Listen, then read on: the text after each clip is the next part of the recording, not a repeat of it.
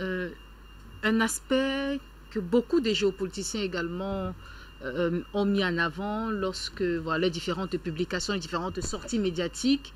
Ces géopoliticiens se demandent bien comment les forces de défense, du moins la République centrafricaine, n'a pas pu neutraliser cet aéronef. Et une autre préoccupation de ces géopoliticiens, d'où venait cet aéronef? D'abord, pendant la première, professeur Mbelek a été très brillant parce que dans les hypothèses mathématiques qu'il a proposées, on retient une parce qu'elle est confirmée de sources concordantes et de sources assez fiables. L'aéronef venait du Tchad. L'aéronef venait du Tchad et l'aéronef a largué sur la base militaire des bombes M904 de fabrication états-unienne et reprise par une entreprise belge. C'est donc des bombes de l'OTAN qui ont explosé sur la base militaire centrafricaine. Et l'aéronef venait du Tchad. Avez-vous les preuves de vos différentes allégations? Aujourd'hui, je parle bien de sources. Concordantes. De sources concordantes. Allez-y.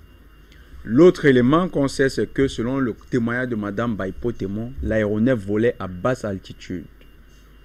Pourquoi la basse altitude? Nous avons pris le temps de discuter avec quelques experts militaires. La basse altitude permet d'éviter les tirs de la défense antiaérienne et le repérage radar. Donc, il s'agit d'aéronefs qui ont été pilotés par des professionnels. Il faut noter que quand vous regardez la guerre en Irak, pour nous qui sommes des amateurs de questions militaires, je n'ai aucune expertise militaire, je tiens à le rappeler, mais nous voyons ce qui se passe sur le terrain de l'Ukraine. Les hélicoptères Kamov 52 de la Fédération de Russie ont une habitude, c'est de survoler l'Ukraine à basse altitude. Et dans l'explication des stratèges militaires, c'est que c'est la meilleure posture pour échapper à la couverture radar. Donc, la basse altitude ne peut être pratiquée, c'est ce qu'ils expliquent, que par des spécialistes. Souvenez-vous de l'attaque de la ville russe de Belgorod par les Ukrainiens. C'était un hélicoptère qui volait à basse altitude. Et ça ne peut être pratiqué que par des militaires qui ont été sérieusement entraînés. Ça ne peut pas être un vulgaire voyou ramassé dans la milice d'Ali Daras, fut-il général autoproclamé dans la rébellion au Centrafrique. Ça ne peut pas être un voyou de la CPC, comme on veut nous faire croire. Ce n'est pas un voyou des rébellions centrafricaines. Ce n'est pas un petit terroriste, un mercenaire payé par la jeune française. C'est un militaire entraîné qui a piloté cet avion. Il s'agit donc d'une attaque, et quand vous voyez les munitions qui ont été utilisées, c'est les munitions de l'OTAN. On parle bien des munitions non guidées, mais ce n'est pas des bombes qui sont détenues généralement par des groupes de voyous.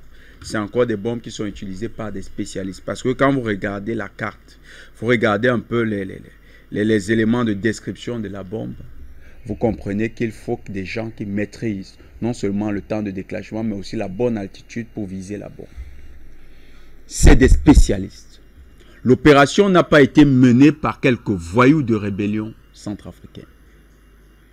Il s'agit, et nous mettons tout ceci en concordance avec les attaques qui ont eu lieu en début d'année, les attaques aux drones, des drones qui sont des drones, les drones Mavic, nous rappelons, vous pouvez faire des recherches, vous verrez que ces drones sont utilisés spécifiquement pour les questions de coups par l'armée de terre française, très choyée par l'armée de terre française, surtout la Légion étrangère. Quand vous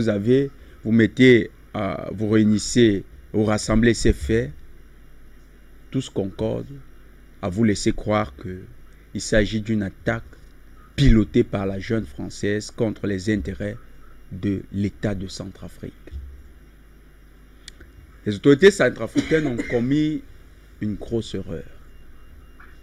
C'était la libération de M. Quignolo, qui, nous rappelons encore son profil, est un instructeur militaire. Et en tant que tel, il jouit de compétences avérées en matière d'utilisation de ce type d'armes. Ce genre de mission n'est pas étrangère des compétences de M. Quignolo. C'est une très mauvaise idée que de le laisser partir de Bangui. Une très mauvaise idée que de l'avoir remis en liberté.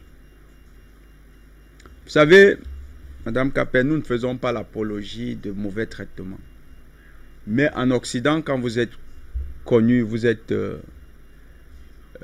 convaincu de faire de terrorisme, vous n'avez pas droit à un traitement de faveur. Les grèves de la faim, c'est encore pour les prisonniers de droit commun. Le vol, surtout à Bangui, c'est quoi? On va parler vol d'ordinateur, vol de téléphone, faites le chapardage. Ce petit vol-là. Vous pouvez faire une grève de la faim, on vous écoute. Mais un terroriste, vous pouvez faire la grève de la faim. Si ça va nous débarrasser des racailles comme vous, c'est encore bien. Un terroriste n'a pas droit à ce genre de traitement. Vous ne pouvez pas être plus humain que des gens qui se comportent comme des monstres. Vous ne pouvez pas convaincre le diable en lui pratiquant des méthodes de vertu qu'on reconnaît aux divinités. Même Dieu, selon l'entendement des théistes, Dieu a prévu détruire les méchants. Je ne sais pas si vous comprenez l'image. L'incarnation parfaite de l'amour, du bien et du bon, Dieu, du point de vue des théistes, a prévu un jour où il va venir détruire les méchants. Et on nous dit que ce n'est pas la première fois, il a déjà détruit comme ça là, les méchants. Ça veut dire que même Dieu comprend qu'on ne peut pas changer les méchants en bons par des actes de bonté. Il dit, le temps que je vous laisse de faire même le mal là, c'est le temps de vous repentir. Mais comme vous ne pouvez pas, moi je vais venir vous détruire. Le président Touadéra ne peut pas être plus bon que Dieu. C'est une manière de le dire. Et s'il est convaincu de cela, et si son entourage est convaincu, ça devient de la naïveté. Nous savons qu'il est un mathématicien, donc il ne peut pas être naïf. Et nous savons que tous ceux qui l'entourent ne peuvent pas être naïfs parce qu'ils ont une compétence avérée. Ils devraient donc prendre le taureau par les cornes. Nous avons affaire, quand vous prenez tous les éléments de décryptage, c'est une attaque dirigée. Nous prenons la responsabilité. Nous avons dit ici, sur ce plateau, le premier jour où les mercenaires ivoiriens ont été pris, nous avons dit c'est des mercenaires. Tous les faits concourent à dire que c'est des militaires de l'OTAN, spécifiquement ceux de la jeune française. Et ce n'est pas étranger d'avoir un Quignolo qui aurait été le pilote de cet avion qui a mené ses frappes sur la base militaire de Centrafrique. Le Centrafrique doit comprendre une chose. L'affrontement diplomatique, l'affrontement des salons, l'affrontement par la communication, ce n'est qu'une des versions de la guerre que se livrent les hommes avec les armes et les bombes. Nous ne sommes pas dans une partie de ping-pong. Ce n'est pas un jeu de tennis où on vient de vous faire un revers et vous renvoyez, vous renvoyez avec une frappe sèche. Non. Nous sommes dans une action où il s'agit des vies humaines. Des vies humaines. Les autorités centrafricaines peut-être n'ont pas encore pris la mesure de ce combat. C'est pourquoi on s'amuse à laisser des gens comme Quignolo sortir. En fait, les Maliens sont prévenus. Les 46 mercenaires, les 3 qui sont partis, c'est trop, c'est beaucoup. Faut plus être gentil.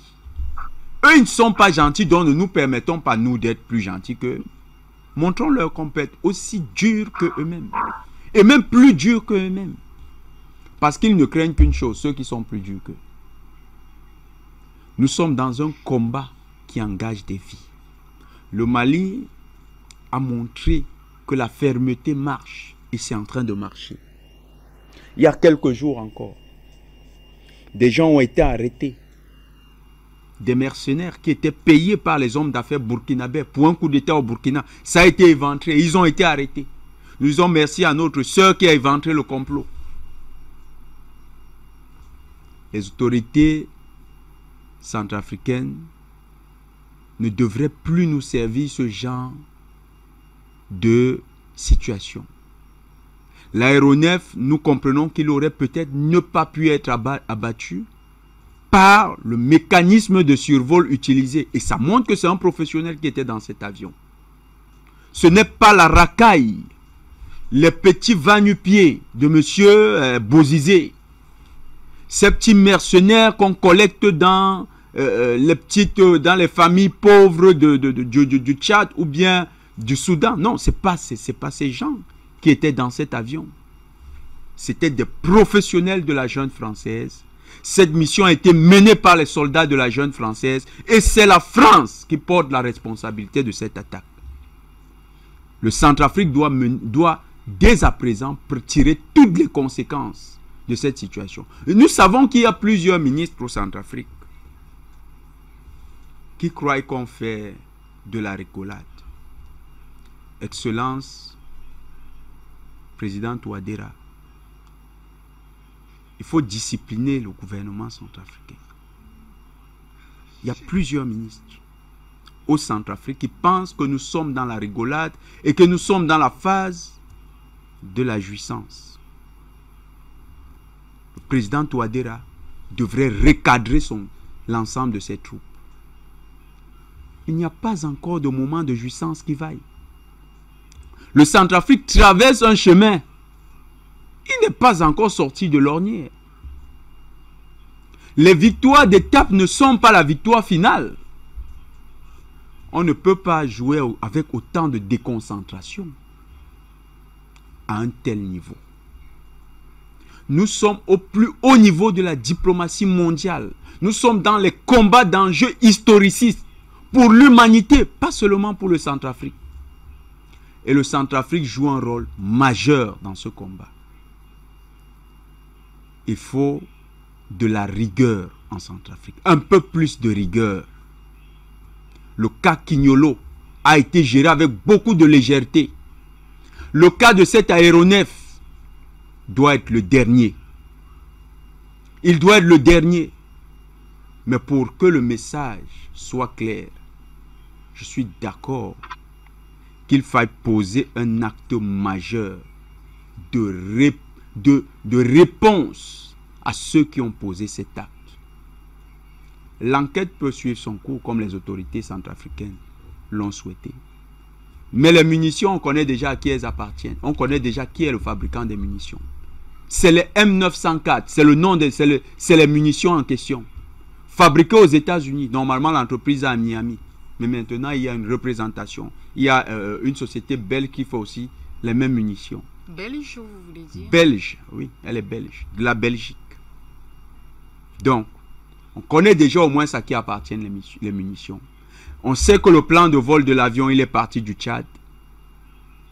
Et au Tchad, on connaît bien l'aéroport duquel il est parti. Seulement là-bas, il y a 2 aéroports. Il reste à déterminer lequel des aéroports a servi à son décollage et à son atterrissage.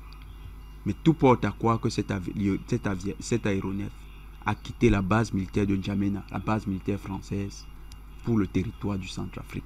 Ça, c'est une opération digne des gens qui maîtrisent le survol d'un territoire qui est sous surveillance radar. Et seuls les spécialistes de l'OTAN ont la maîtrise de ce genre d'opération. Donc, éliminons l'hypothèse que ce seraient des militaires tchadiens. C'est des militaires français qui ont mené l'opération.